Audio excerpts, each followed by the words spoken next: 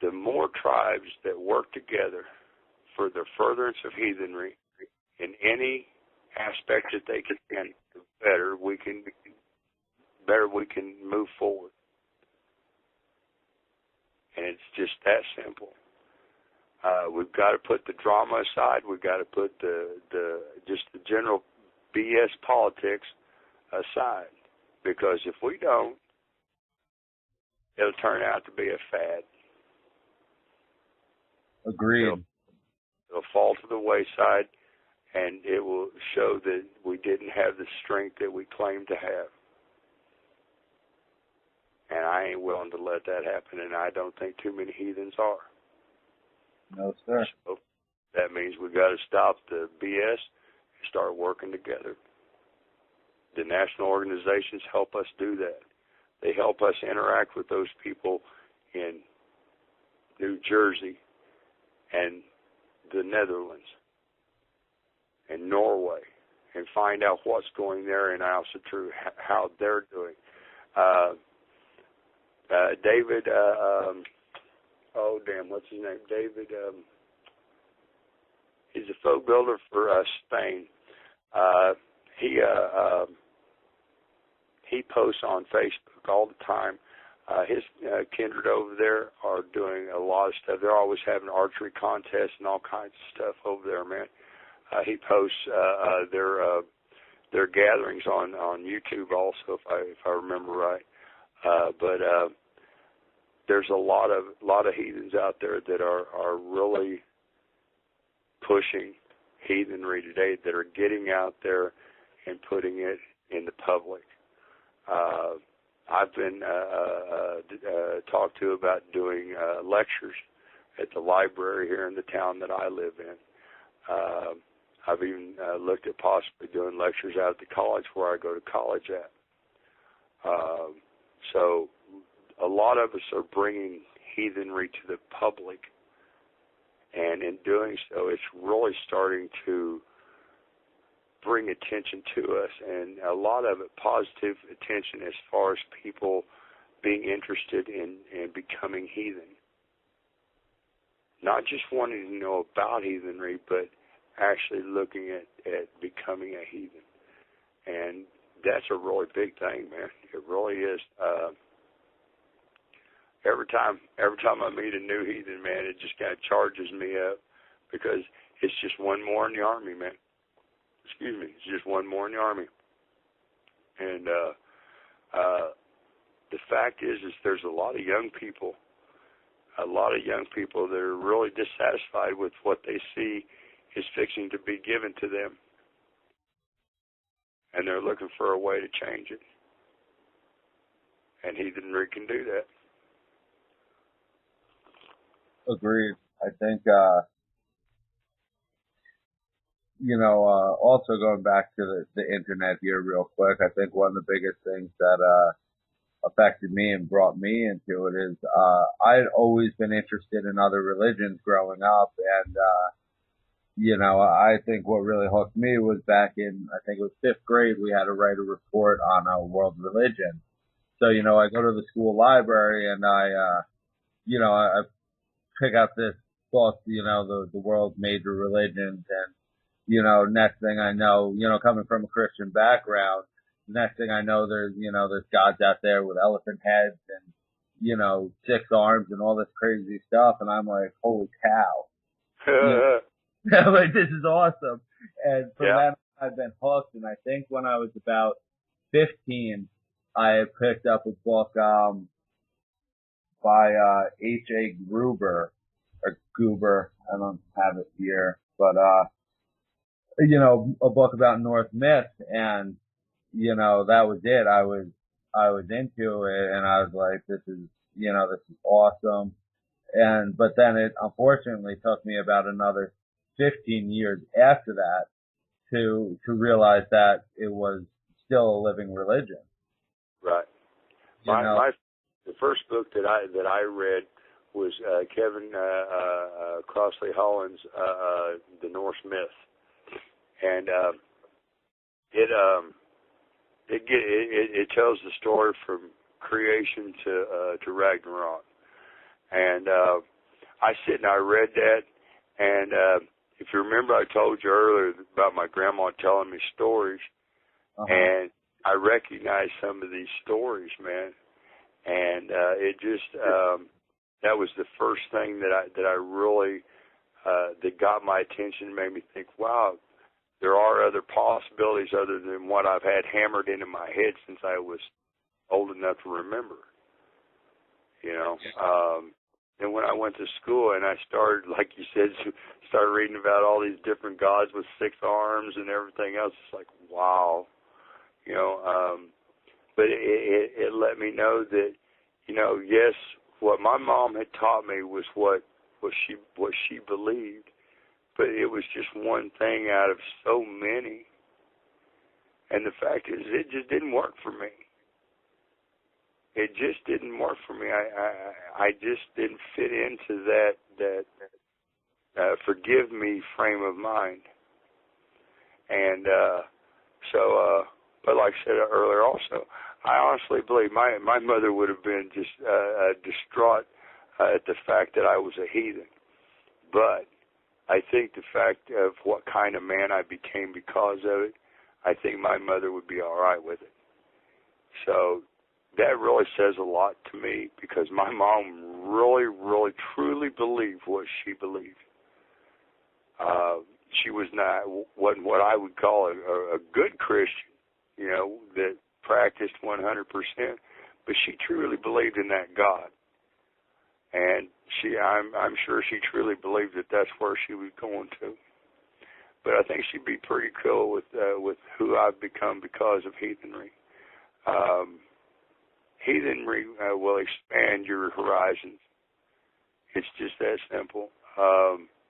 And I think that's why a lot of people relate to the Vikings and them expanding the horizons of where they were and who they were.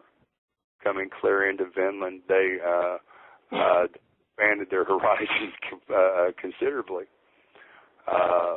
And we believe actually all the way down to Heavener, Oklahoma down here. And I was actually just told this weekend that there's some runstones over in Paris, Arkansas also.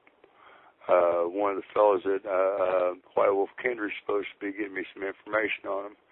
I didn't know that they were there. So I may have to make a trip to Paris, Arkansas and check those out. Right. Yeah, I didn't know about those either. I knew about the ones down there by you guys, but I didn't know about the ones in Arkansas either. There's a number of them that run from down by Heavener all the way up to Tulsa. They've actually found some over in Tulsa also.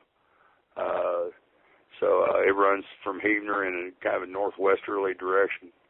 Kind of like somebody leaving signposts as they went, or markers as they went. Yeah. Could be. You know, it's crazy to think back then, you know, nowadays it's so easy to be, you know, anywhere in the world. And, you know what, I think 18 hours to Australia from here. So, you know, it's not that big of a deal. And even, you know, I live here on Fort Riley, and I think now our post, the whole post can mobilize within something like 3 days. Like, we can be somewhere, and it's like crazy to, you know, to think that every soldier on this post, if needed, could be could be deployed in 3 days if actually needed. Right. And now to think that, you know, back then they, you know, our ancestors sailed out on these ships that, you know, they don't have GPS, they don't have anything, they don't know what the hell's out there. You know, that's right. Part, and you know, it's unfortunately a lot of what I don't want to say adventure is lost, but to a certain extent it is these days. There's just nothing left to really discover. You know, there's no new civilizations to find or stuff like that. So you know, it definitely makes you think about, you know, what was going through our ancestors' head. You know, what they were looking for. You know, what dreams they might have had as they, you know, kicked off the shore. Well, I don't think it's actually even dreams. I think it was just the necessity to see what was over there. You saw the same mentality in the mountain men. They weren't happy being in the Carolinas or the Virginias. They wanted to cross the Appalachians and see what was on the other side. And whenever they got to the other side and found out that there was something else, then they went past that, and they went all the way until they couldn't go no more. We have literally pushed our boundaries to a point where the only place we have to go now is either into the ocean or into space. That's where our boundaries go to now. And it seems that we've figured out a way to deal with space better than we have the ocean. Why that is, I'm not really sure. But so I would say that most likely that's probably our new frontier. And I probably ain't never going to see it, but I'm sure that if we don't kill ourselves before it happens, that at some point down the line that we're going to see people jumping to Mars and then on past that. And I don't really think it's going to be. I think you'll probably get to see it. I think you and your kids will get to see those kinds of things. I hope so. Nothing would please me more than to be able to get on a spaceship, even if it's just going to orbit the Earth. Oh man, I'd like to get my ashes shot into space whenever I die. Yeah, shoot my butt into space, man. It's the next frontier. I mean, whenever when Eric the Red left to find Iceland, I mean, do you think he actually knew it was there?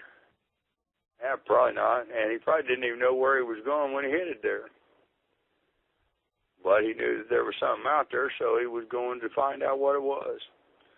And hell, you never know. Maybe I'll run into one of those folks that can turn you back into something else whenever they find my ashes. You never know. I think space is a cool place to check out. I went through an astronomy class in college, and I never realized just how big the universe was, man. I mean, it's really, really, it boggles the mind. Yeah. We could never. I don't think we could ever cross that expanse. I mean, that's a really big space. That's a lot of flight. And you know, the cool thing is that every one of those lights that you see in the sky, there's a buku planet circling them suckers. Yep. Those are main stars, just like our sun. So there's bunches of planets circling each one of those, and there's more and more galaxies than we can count, man. Yep, there has to be something else out there, some other race, and I think I think to a certain extent too, when a lot of people think about that, I've heard the point that I believe our planet is a class M13, and that's right. What our planet is with this type of our atmosphere and everything, and right. But that's not to say sometime in the future, or not. I'm sorry, not in the future, but that. The way we live, the way our bodies work, that's not necessarily the way an alien race has to be. They not necessarily need an M13 planet. Right. You know what I'm saying? I think we're going to wind up being, just like I said, like Eric the Red. We will be meeting new people. It's no different than the Celts. Moving over into England, I mean it's just a new migration is all it is. We're overpopulating this planet. There's got to be more room somewhere else, and there's always those men and women that just have to see the other side of the mountain.